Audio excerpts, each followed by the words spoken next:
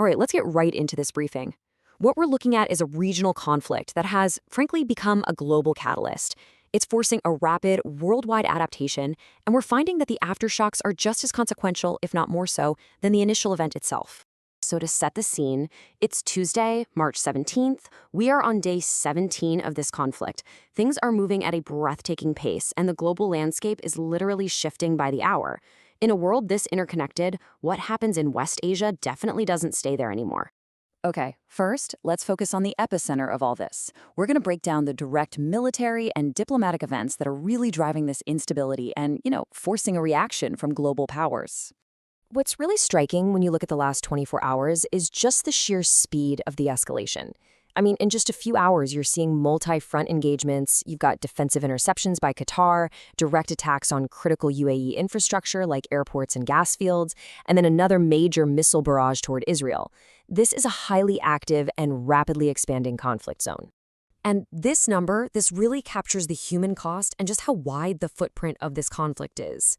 Now, most injuries are being reported as minor, thankfully, but having 200 U.S. personnel wounded across 7 different countries, that just underscores how distributed American assets are and the widespread risk they're now facing. So what's happening on the military front is being mirrored by some serious diplomatic stress. The EU is tightening sanctions. That's a pretty standard response.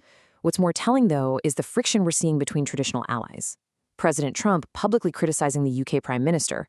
Well, that reveals a fracture in the Western coalition's unity at the very moment when cohesion is absolutely paramount. And now, the instability is starting to radiate outwards. The most immediate and powerful way it's spreading? Through the global energy market. It's creating some significant economic shockwaves.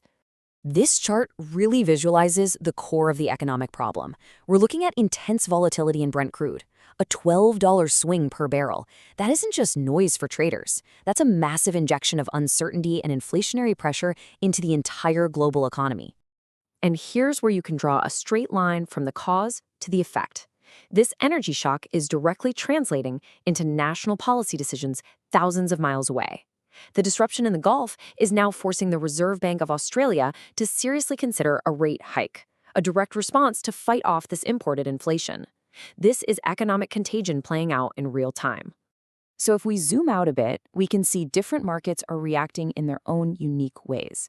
Indian stocks are showing surprising resilience, mostly because of strong domestic buying in defense and energy. Gold's taking a minor dip as traders rethink when interest rate cuts might happen. And in the crypto space, platforms like Bakkt are making a major pivot, shifting their whole strategy to focus on institutional AI. And this brings us to what I think is the most fascinating part of this whole analysis, the downstream effects. We're moving beyond the immediate military and economic reactions, and we're starting to see these profound societal and technological shifts. It's like a great and very forced adaptation. Here's a perfect example, right down to the household level. A 400% surge in induction cooktop sales might seem small, but it's a really powerful indicator. It shows a huge behavioral shift as people try to move away from global LPG supply chains that are getting choked off.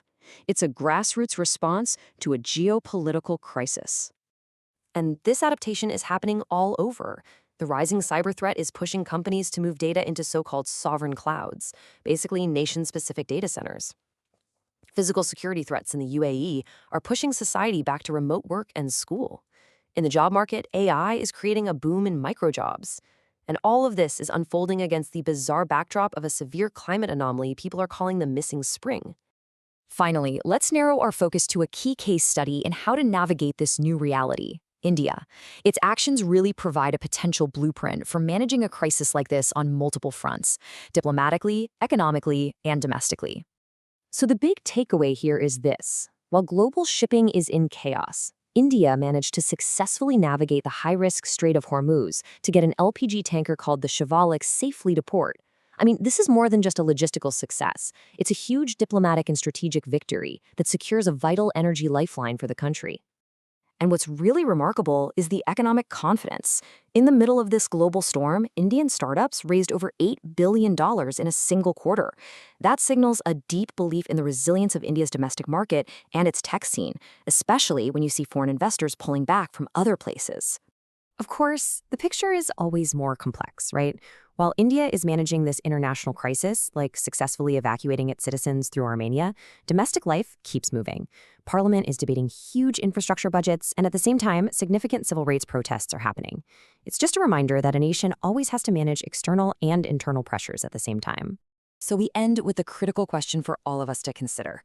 We are watching what feels like a decade's worth of change get compressed into just a matter of weeks. The central challenge now is to figure out which of these adaptations, in technology, in supply chains, in diplomacy, and in our daily lives, are just temporary fixes, and which ones are the permanent features of our newly remade world.